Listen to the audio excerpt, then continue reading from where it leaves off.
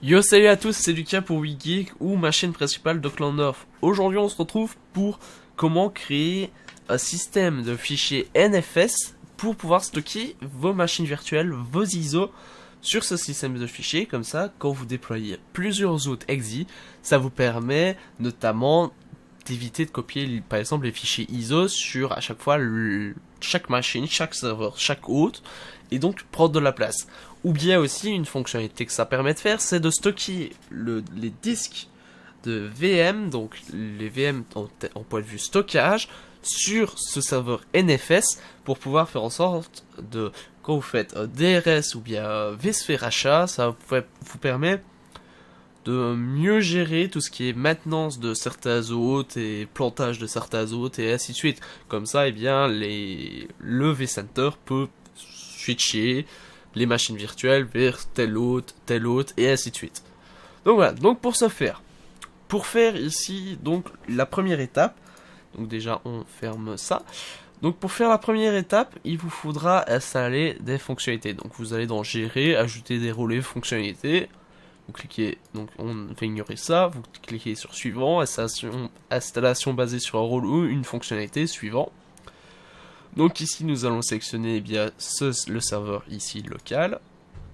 Ce qu'on va faire, c'est qu'on va aller dans service et de fichiers et de stockage. On le développe. On développe ici service et fichiers et ISCI. Donc ici on coche serveur pour NFS. On ajoute des fonctionnalités. Suivant. Installer. Et on attend que ça s'installe. Comme vous le savez très bien, moi je n'aime pas faire d'ellipse, même si ça peut être gain énorme de temps. Ici normalement ça devrait être assez rapide. Ce qu'on va déjà faire, c'est qu'on va aller au niveau de l'hôte en local. Lancer la version ici. Là. Normalement, voilà, j'arrive à me connecter, enfin, j'ai envie de dire. Voilà, on va aller ici. On va juste fermer ça. Donc ici, il y a juste besoin d'attendre que la fonctionnalité se lance. On va préparer un petit peu tout ce qu'il faut qu'on fasse. On va donc configurer, non, banque de données plutôt. Banque de données, donc ici vous voyez que j'en ai déjà fait une pour le test. Donc ici, ça c'est terminé. Donc on va déjà la faire. Donc on va dans service et fichiers. Alors nous allons dans partage. Nous allons créer un nouveau partage. NFS rapide. On va pas s'attarder sur l'avancée. NFS rapide. Donc dans le volume C. Là. On va appeler donc NFS data store 02. Ah. Ça, on va faire pas d'authentification, activer l'authentification d'accès des utilisateurs non mappés, autoriser l'accès des utilisateurs non mappés par UID et GID. Ce qu'on va faire, c'est qu'on va ajouter hôte 10.0.0.240 lecture-écriture, ajouter hôte 10.0.0.243, même si c'est ce serveur-ci, lecture-écriture, on fait suivant, créer, fermer, et normalement, je dis bien normalement maintenant, donc nous avons besoin d'aller ici. Donc on va plutôt directement configurer dans l'hôte en lui-même 140. Avancer, ajouter une exception, confirmer. On se connecte, j'ai dit.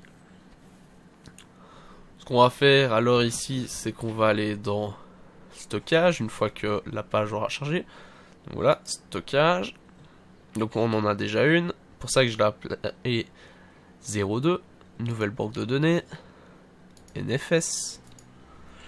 Le nom, Donc NFS datastore-02, NFS, oups, NFS-datastore-02, serveur NFS 10.0.0.243, partage NFS, ça je crois que c'était donc c'est backslash oups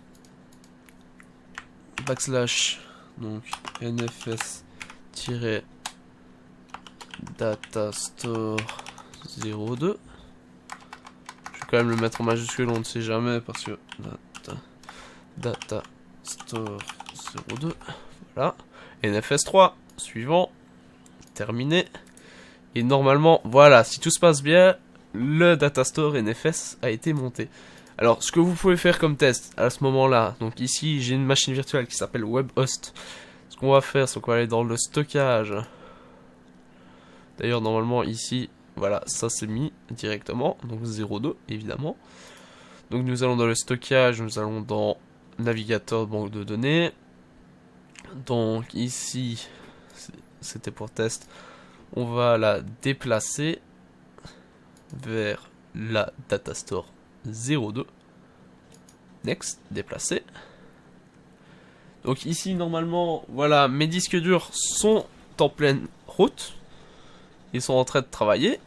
Et ce qu'on peut aller vérifier, c'est que dans le C2 poids, Shares, NFS Datastore, et on voit bien que c'est en train de se copier. Donc voilà, c'était un court tutoriel pour ajouter une NFS Datastore à son EXE ou à son vSphere. Dans l'occurrence ici, quand vous le faites sous EXE, ça s'affiche directement sous vSphere.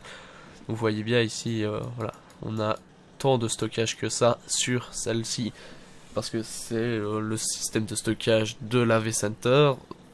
Évidemment, vous pouvez mettre des quotas, vous pouvez limiter, et ainsi de suite. Et ça, on ne le verra pas aujourd'hui. Donc voilà, c'était tout pour cette vidéo. N'hésitez pas à vous abonner, à liker la vidéo, à partager si vous l'avez aimé et que vous pensez que ça pourrait rendre service à d'autres personnes. N'hésitez pas à aller jeter un oeil sur le site de wigi.fr. Et voilà.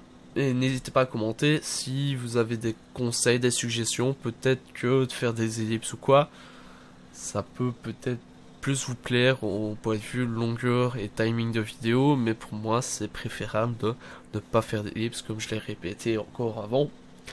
Parce que, eh bien, ça vous permet de suivre toutes les manipulations une par une.